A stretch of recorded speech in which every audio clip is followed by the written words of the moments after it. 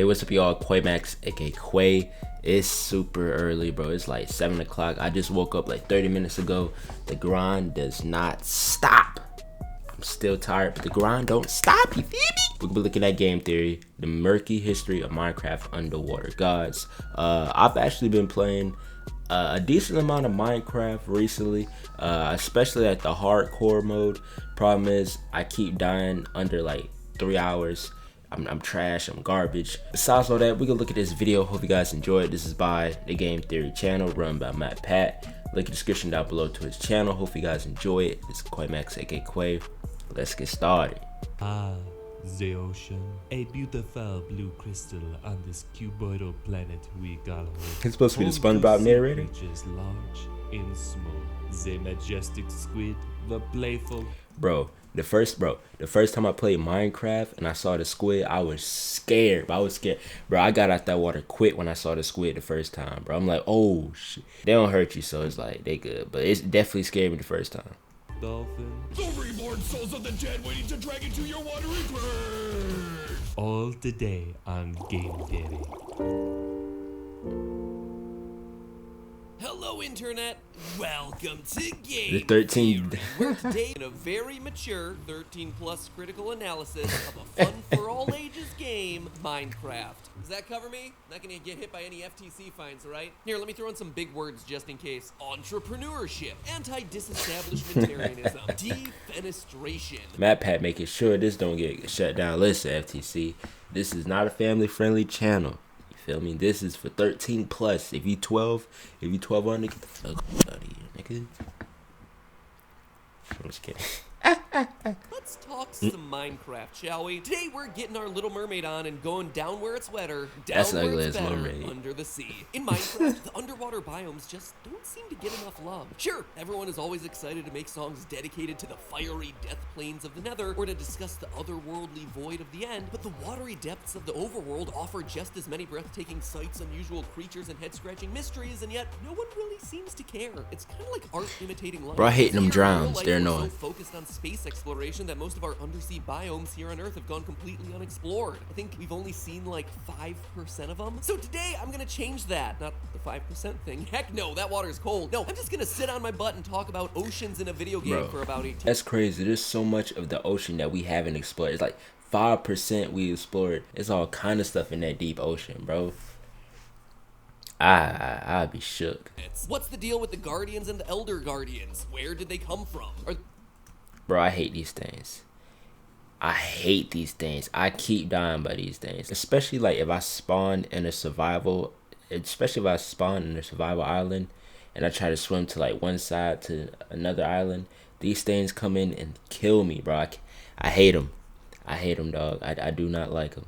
Are they just giant fish creatures that really like hanging out in ocean monuments? Did they build the ocean monuments? Seems pretty unlikely. And speaking of those buildings, what's the deal with those massive underwater mazes? How did the drowned fit into all this? What are these trident-wielding mer people? Are they just zombies that fell into the water? Get ready to take the plunge, because today and next episode, we're diving straight into the deep end. What first started me down the path of ocean mysteries were the Guardians, and their bigger granddaddies, the Elder Guardians. From a mob standpoint, I mean, sure, they're giant sea creatures with one eye and spikes. Nothing super weird there right off the bat, but what initially got my theorist senses tingling was the way that they attacked, with a literal laser beam. Yeah, bro. Underwater eye beam that requires it's time cool to though. charge up before it launches at you and causes massive amounts of damage. That's pretty weird for a fish, or really any sort of natural, organic, living creature. I mean, Minecraft is a game full of fantastical creatures, don't get me wrong, but attacking with eye laser cannons just felt out of place for me. So I just kept swimming, and stumbled across an even more unusual detail: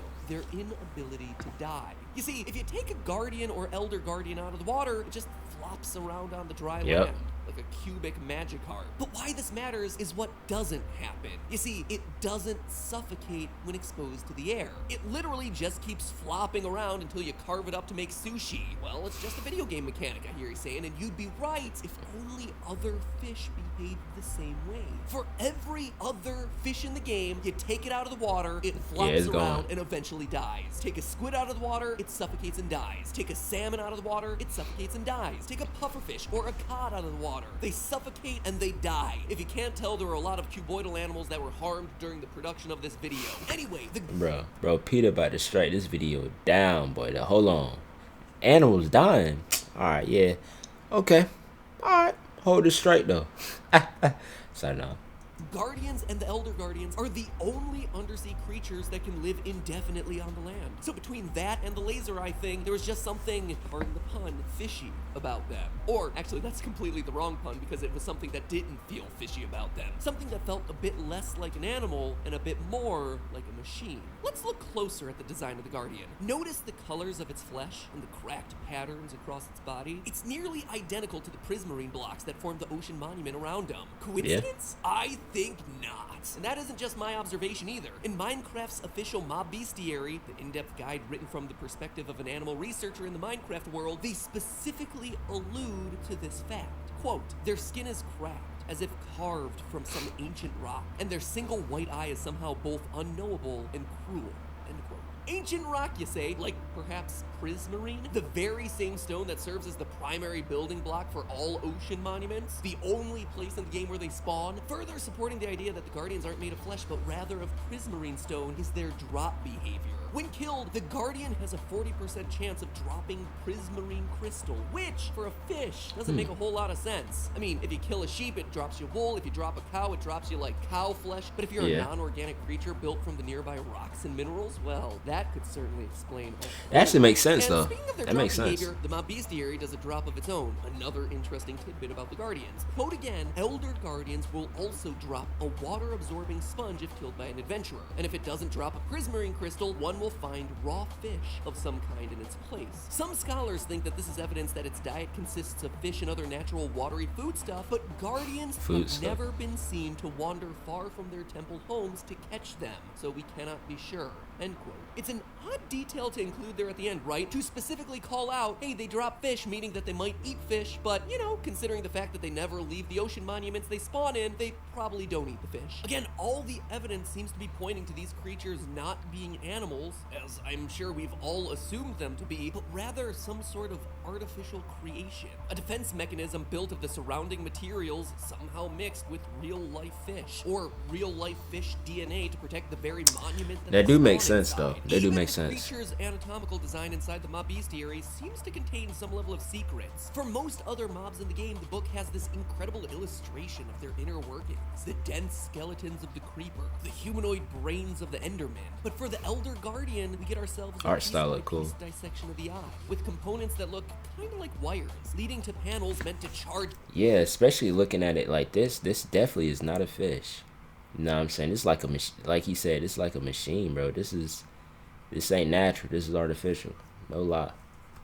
Up its laser, and underneath that thick rocky skin, nothing much. A thin layer of pink with a gray area that appears to be stone. It's certainly not any sort of bony structure. It's not anything that resembles the inner workings of a fish, and it's certainly not anything that looks remotely organic. Lastly, it's worth noting that the Elder Guardian's eye will still have the ability to track a player who's invisible, seeming to suggest that this mob is dealing in the thermal spectrum, tracking your heat signature rather than any sort of visual sign of your movement patterns. So again, another weird, interesting detail about these creatures. I mean, even the name seems to allude to it, Guardian. Considering they only spawn inside ocean monuments and they're called Guardians, if they were indeed man-made, well, clearly they were made to act as some sort of security mechanism. But then, what are they supposed to be protecting? Well, despite ocean monuments being massive complexes, there's really only two unusual rooms worth calling out inside of them: the sponge room and the treasure room. The first is fairly self-explanatory. It's the sponge room. It is a room full of sponges. There's not much more to say there. I'm personally more of a loofah man myself, but still, it's odd that whoever built this enormous building deemed it necessary to dedicate a room to this one oddly specific item. More on that in a minute, because it's the treasure room in there that I think the Guardians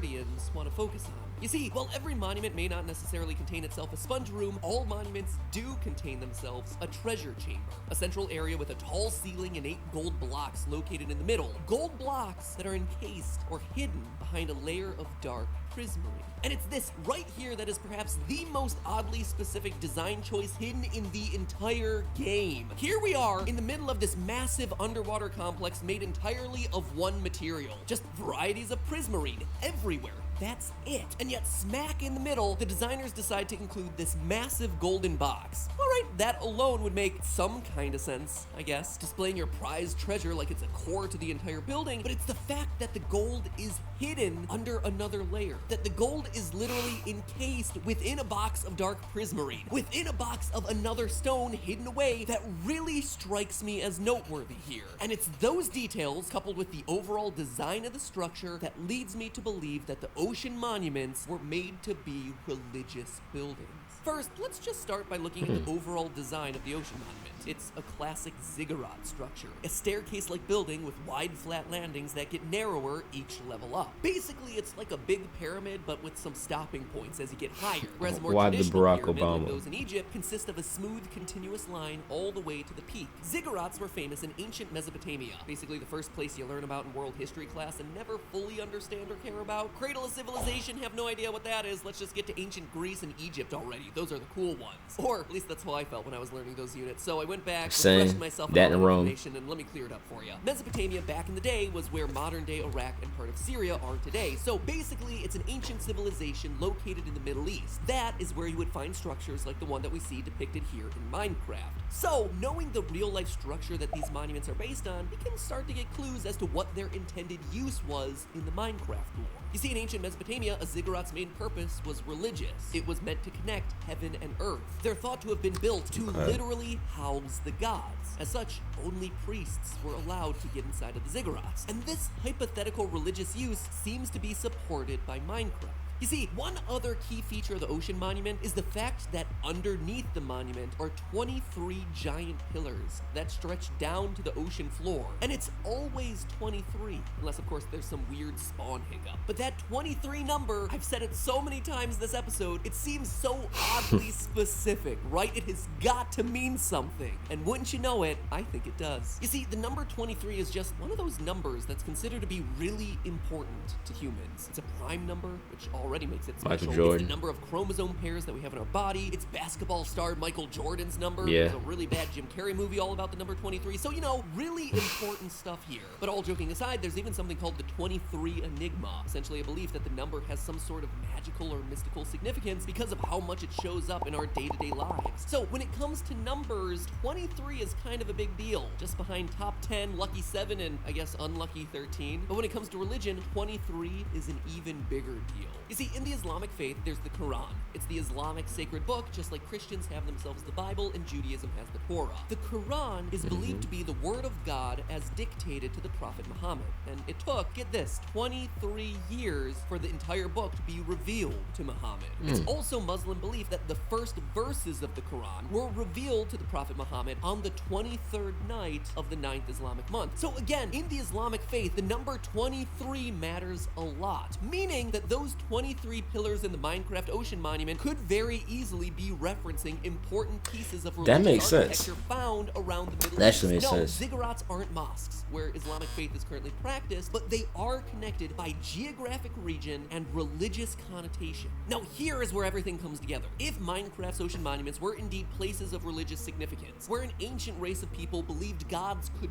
come down onto the earth and live, it could explain the box of gold encased in dark prismarine with sea lanterns in each of its corners. But to understand why, you have to be familiar with the Kaaba. The Kaaba is a black cube building at the center of Islam's most important mosque, the Great Mosque of Mecca. It is the most important place in the Islamic faith. So important that practitioners of Islam are almost required to take a pilgrimage to see this once in their life and give worship there. Why? Well, it's Go the skydiving. Kaaba is the house of God, the sacred house, the connection between heaven and the earth. The Kaaba is a sacred place with an inside of gold and marble, but on the outside, it appears to just be a large black cube of dark granite, just like we see in the game with the dark prismarine being on the outside of those golden cubes. In each of the corners in Minecraft, So it kind of all ties together then. which, you know it, each corner of the Kaaba also has itself a special symbolic significance, most often pointing to one key location from Islamic history. So could it be that the guardians of Minecraft Minecraft are protecting the most sacred treasure of all, the location, or at least the perceived location, of God himself. It sounds crazy, but remember, the ending of Minecraft Nah, that actually kind of makes sense though. two godlike figures speaking with each other about your gameplay. The fact that gods exist in the canonical universe of Minecraft is an established part of the lore. I mean, a lot of the details really line up here. The ziggurat structure connects us to the Middle East and Islamic tradition. The 23 pillars and their importance to Islamic faith, covering up the golden, important interior of a building with a dark stone exterior just like the Kaaba. The perfect cubic shape of both of those structures. The importance of each of the corners. The need to have the Guardians protecting this place at all. Heck, even the name. This is the Ocean Monument. It isn't a ruin, it's not a temple, it's a monument. Yeah. Monument is a word used to honor a place of historical significance, a place of the dead, or an important figure like a god. You don't call the building that houses your sponge room a monument. Oh yeah, and it's worth mentioning here as one last final note, the one practical function of the ziggurat was actually to serve as just a high place on which the priests could escape rising water that would flood the Mesopotamian areas every year. Rising water, huh? Maybe the underwater monuments weren't quite so underwater. So we have ourselves the heat-seeking laser-shooting fish that might have been man-made to protect an underwater monument dedicated to what may or may not be an ancient god. Now the only question is, who built it? Why is it here underwater? And that, my friends, is explained through two words: the drow. But that theory will have to wait for another day. In the meantime, remember, that's just a theory. A game theory. Thanks for watching. Alright, that's it for the video. That is the game theory and murky history of Minecraft's underwater god. This actually makes sense. So even in the game, like I said, it could have been named anything else, right? This could have been named anything else, but it was named a monument, which is usually something of importance, or to something of importance, or for like a god or whatever, right? And it also showed a picture that was similar to a religious monument. Also add that to the fact that they had the guardians and the elder guardians, they were protecting something, but nobody was there as far as like a person, but there was something there in gold, or like treasure. And it was a similar thing in Islam, where they had a big black cube and the side was a gold. So this actually kind of ties in and makes a lot of sense. I didn't really think about it like that because I was just playing it, but this actually makes a lot of sense. Let me know what you guys think about it. Hopefully you guys enjoyed it. If you did, like, comment, subscribe. Quaymax, aka Quay.